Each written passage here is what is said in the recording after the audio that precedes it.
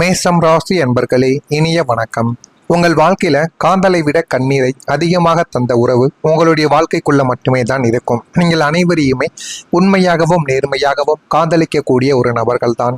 ஆனால் அந்த மேஷம் ராசிக்காரங்களின் 5ஆம் வீடு பூர்வ புண்ணிய மற்றும் காதல் ஸ்தானமாக அமைந்திருப்பதால் இந்த ஒரு இடத்தில் அசுப கிரகங்களின் சேர்க்கை ஏற்படும் போது நீங்கள் காதலித்த நபர் அல்லது நீங்கள் உயிருக்கு உயிராக நேசித்த ஒரு உறவு உங்களுக்கு மகிழ்ச்சியை தருவதை விட கண்ணீரையே பரிசாக தேடி கொடுத்திருக்கும். அதை நீங்கள் ஒருபோதும் எதிர்பார்த்திருக்க கூட மாட்டீங்க. அந்த ஒரு உறவு நம்முடைய வாழ்க்கைக்குள்ள இவ்வளவு கஷ்டங்களையும் இவ்வளவு கவலைகளையும் தேடி கொடுக்குமா என்று நீங்கள் நினைத்து பார்க்க முடியாத அளவுக்கு உங்களுடைய வாழ்க்கைக்குள்ள இன்னும் கவலைகளும் கஷ்டங்களும் ஏற்பட்டு உங்களுடைய வாழ்க்கைக்குள்ள அது இன்னும் உங்களை தேவையில்லாத ஒரு நிலைமைக்கும் ஆளாக்கி கொண்டே தாங்க இருக்கும்.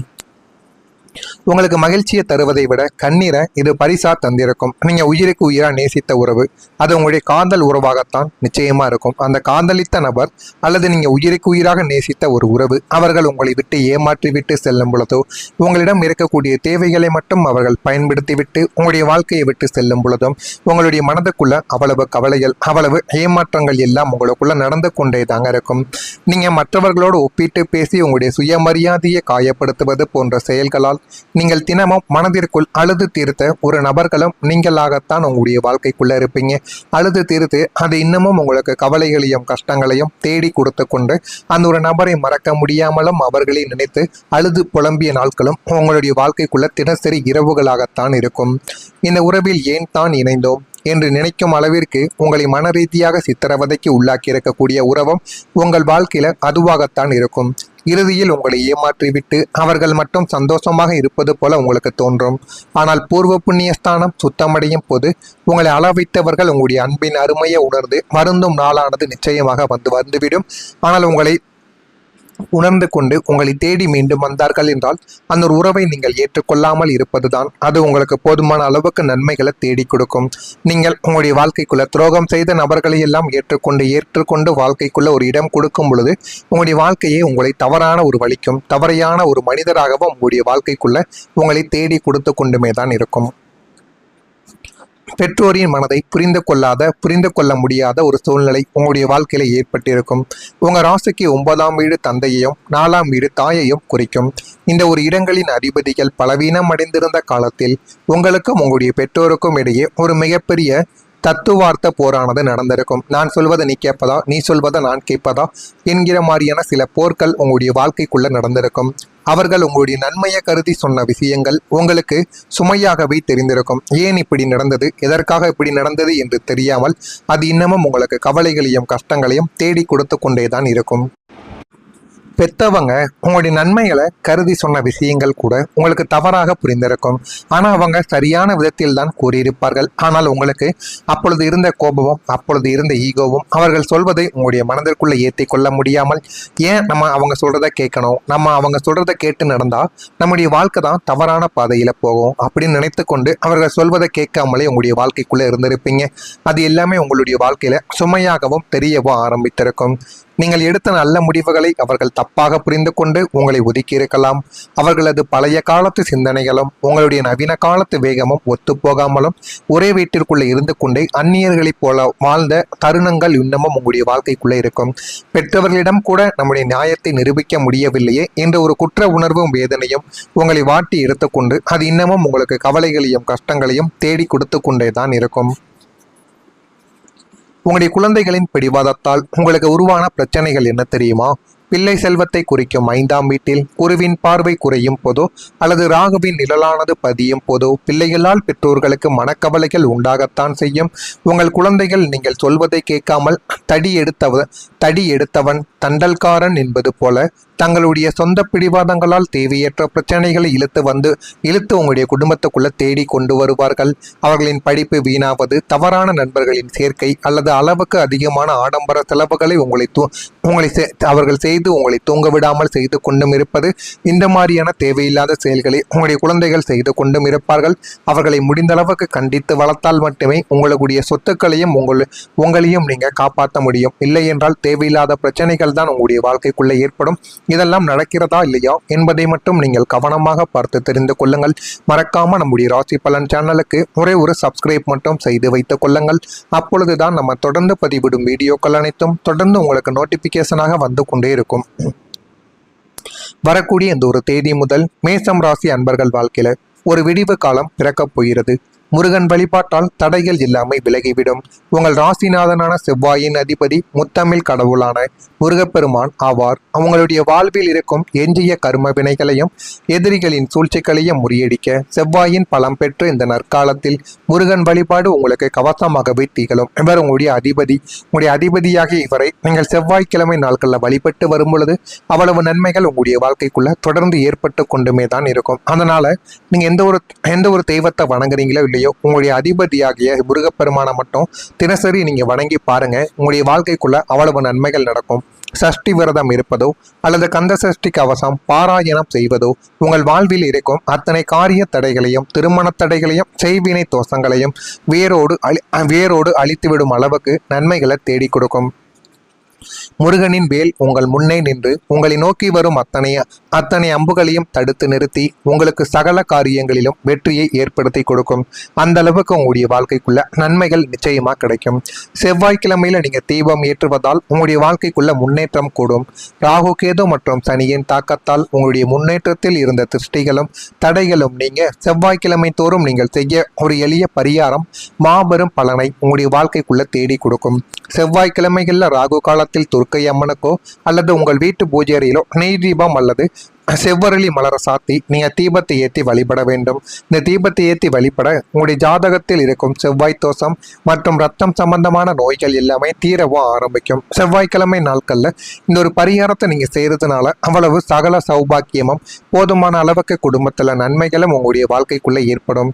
இந்த தீபத்தின் ஒளி உங்களுடைய வாழ்வில் மூடி கிடந்த அதிர்ஷ்ட கதவுகளை திறந்து பொருளாதார முன்னேற்றத்தையும் புதிய சொத்துக்கள் வாங்கும் யோகத்தையும் தங்கும் தடையும் இன்றி உங்களுக்கு கொண்டு வந்து சேர்க்கும். அந்த அளவுக்கு நன்மைகள் உங்களுடைய வாழ்க்கைக்குள்ள நடக்கும். இதை மட்டும் நீங்க செய்தீர்கள் என்றால் பழைய கடன்களை அடைக்கக்கூடிய வாய்ப்பு உங்களுடைய வாழ்க்கைக்குள்ள பிறக்கும். உங்களை தூங்க விடாமல் செய்த கடன் சுமை இனிமே படிப்படியாக கரைய தொடங்கிவிடும். தனஸ்தானம் பலம் பெறுவதால் ஒன்றுக்கும் மேற்பட்ட புதிய வருமான வழிகள் உங்களுடைய வாழ்க்கைக்குள்ள திறக்க ஆரம்பிக்கும். அதை திறந்தாலும் அதை நீங்கள் சரியான முறையில் பயன்படுத்தி கொள்ள வேண்டும். சரியான முறையில் பயன்படுத்தி கொண்டால் மட்டுமே வாழ்க்கைக்குள்ள எந்த விதமான செயல்களை செய்ய முடியாது என்பதையும் நீங்க முழுமையா புரிந்து கொள்ளவும் ஆரம்பிப்பீர்கள். வராதா என்ற கைவிட்ட பழைய பாக்கைகள் வசூலாக ஆரம்பிக்கும். பூர்வீக சொத்துக்கள் விற்பனையின் மூலமாகவோ அல்லது தொழிலில் ஏற்படும் அசுர லாபத்தின் மூலமாகவோ உங்களுடைய கழுத்தை நெறித்து கொண்டிருந்த அத்தனை பழைய கடன்களையும் வட்டியோ முதலுமாக நீங்கள் அடைத்து நீங்கள் நிம்மதியா பெருமூச்சு விட்டக்கூடிய ஒரு காலம் உங்களுடைய வாழ்க்கைக்குள்ள வந்துவிட்டது. இனிமே யாரிடமும் கையேந்தும் நிலைமை உங்களுடைய வாழ்க்கைக்குள்ள வராது. போதுமான அளவுக்கு உங்களுடைய வாழ்க்கைக்குள்ள என்ன பண்ணணும் என்ன பண்ணக்கூடாது என்பதை முழுமையா நீங்க புரிந்து கொண்டீங்க அப்படின்னா உங்களுடைய வாழ்க்கைக்குள்ள நல்ல ஒரு மாற்றமானது கிடைக்கும்.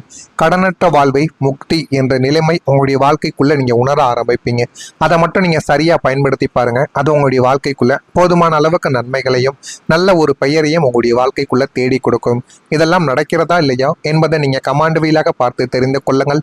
மறக்காம நம்முடைய சேனலுக்கு ஒரே ஒரு சப்ஸ்கிரைப் மட்டும் செய்து வைத்துக் கொள்ளுங்கள். நல்லதே நினையுங்கள். உங்களுடைய வாழ்க்கைக்குள்ளும் நல்லது மட்டுமே தான் நடக்கும். நன்றி, வணக்கம். உண்டாகத்தான் செய்யும். உங்கள் குழந்தைகள் நீங்கள் சொல்வதை கேட்காமல் தடி எடுத்தவன் தண்டல்காரன் என்பது போல தங்களுடைய சொந்த பிடிவாதங்களால் தேவையற்ற பிரச்சனைகளை இழுத்து உங்களுடைய குடும்பத்துக்குள்ள தேடி கொண்டு வருவார்கள். அவர்களின் படிப்பு வீணாவது, தவறான நண்பர்களின் சேர்க்கை அல்லது அளவுக்கு அதிகமான ஆடம்பர செலவுகளை அவர்கள் செய்து உங்களை தூங்க விடாமல் செய்து கொண்டும் இருப்பது. இந்த மாதிரியான தேவையில்லாத செயல்களை உங்களுடைய குழந்தைகள் செய்து கொண்டும் இருப்பார்கள். அவர்களை முடிந்த அளவுக்கு கண்டித்து வளர்த்தால் மட்டுமே உங்களுடைய சொத்துக்களையும் உங்களையும் நீங்க காப்பாற்ற முடியும். இல்லை என்றால் தேவையில்லாத பிரச்சனைகள் தான் உங்களுடைய வாழ்க்கைக்குள்ள ஏற்படும். இதெல்லாம் நடக்கிறதா இல்லையா என்பதை மட்டும் நீங்கள் கவனமாக பார்த்து தெரிந்து கொள்ளுங்கள். மறக்காம நம்முடைய ராசி பலன் சேனலுக்கு ஒரே ஒரு சப்ஸ்கிரைப் மட்டும் செய்து வைத்துக் கொள்ளுங்கள். அப்பொழுதுதான் நம்ம தொடர்ந்து பதிவிடும் வீடியோக்கள் அனைத்தும் தொடர்ந்து உங்களுக்கு நோட்டிபிகேஷனாக வந்து கொண்டே இருக்கும். வரக்கூடிய இந்த ஒரு தேதி முதல் மேசம் ராசி அன்பர்கள் வாழ்க்கையில ஒரு விடிவு காலம் பிறக்கப் போகிறது. முருகன் வழிபாட்டால் தடைகள் இல்லாமல் விலகிவிடும். உங்கள் ராசிநாதனான செவ்வாயின் அதிபதி முத்தமிழ் கடவுளான முருகப்பெருமான் ஆவார். அவங்களுடைய வாழ்வில் இருக்கும் எஞ்சிய கர்ம வினைகளையும் எதிரிகளின் சூழ்ச்சிகளையும் முறியடிக்க செவ்வாயின் பலம் பெற்ற இந்த நற்காலத்தில் முருகன் வழிபாடு உங்களுக்கு கவசமாகவே திகழும். இவர் உங்களுடைய அதிபதி. உங்களுடைய அதிபதியாகிய இவரை நீங்கள் செவ்வாய்க்கிழமை நாட்களில் வழிபட்டு வரும் பொழுது அவ்வளவு நன்மைகள் உங்களுடைய வாழ்க்கைக்குள்ள தொடர்ந்து ஏற்பட்டு கொண்டுமே தான் இருக்கும். அதனால நீங்க எந்த ஒரு தெய்வத்தை வணங்குறீங்களோ இல்லையோ, உங்களுடைய அதிபதியாகிய முருகப்பெருமானை மட்டும் தினசரி நீங்க வணங்கி பாருங்க. உங்களுடைய வாழ்க்கைக்குள்ள அவ்வளவு நன்மைகள் நடக்கும். சஷ்டி விரதம் இருப்பதோ அல்லது கந்த சஷ்டி கவசம் பாராயணம் செய்வதோ உங்கள் வாழ்வில் இருக்கும் அத்தனை காரிய தடைகளையும் திருமண தடைகளையும் செய்வினை தோஷங்களையும் வேரோடு அழித்துவிடும் அளவுக்கு நன்மைகளை தேடி கொடுக்கும். முருகனின் வேல் உங்கள் முன்னே நின்று உங்களை நோக்கி வரும் அத்தனை அம்புகளையும் தடுத்து நிறுத்தி உங்களுக்கு சகல காரியங்களிலும் வெற்றியை ஏற்படுத்தி கொடுக்கும். அந்த அளவுக்கு உங்களுடைய வாழ்க்கைக்குள்ள நன்மைகள் நிச்சயமா கிடைக்கும். செவ்வாய்க்கிழமையில நீங்க தீபம் ஏற்றுவதால் உங்களுடைய வாழ்க்கைக்குள்ள முன்னேற்றம் கூடும். ராகு கேது மற்றும் சனியின் தாக்கத்தால் உங்களுடைய முன்னேற்றத்தில் இருந்த திருஷ்டிகளும் தடைகளும் நீங்க செவ்வாய்க்கிழமை தோறும் நீங்கள் செய்ய ஒரு எளிய பரிகாரம் மாபெரும் பலனை உங்களுடைய வாழ்க்கைக்குள்ள தேடி கொடுக்கும். செவ்வாய்க்கிழமைகள்ல ராகு காலத்தில் துர்க்கை அம்மனுக்கோ அல்லது உங்கள் வீட்டு பூஜை அறையிலோ நெய் தீபம் அல்லது செவ்வரளி மலரை சாத்தி நீங்க தீபத்தை ஏற்றி வழிபட வேண்டும். இந்த தீபத்தை ஏற்றி வழிபட உங்களுடைய ஜாதகத்தில் இருக்கும் செவ்வாய் தோஷம் மற்றும் ரத்தம் சம்பந்தமான நோய்கள் எல்லாமே தீரவும் ஆரம்பிக்கும். செவ்வாய்க்கிழமை நாட்கள்ல இந்த ஒரு பரிகாரத்தை நீங்க செய்யறதுனால அவ்வளவு சகல சௌபாக்கியமும் போதுமான அளவுக்கு குடும்பத்துல நன்மைகளும் உங்களுடைய வாழ்க்கைக்குள்ள ஏற்படும்.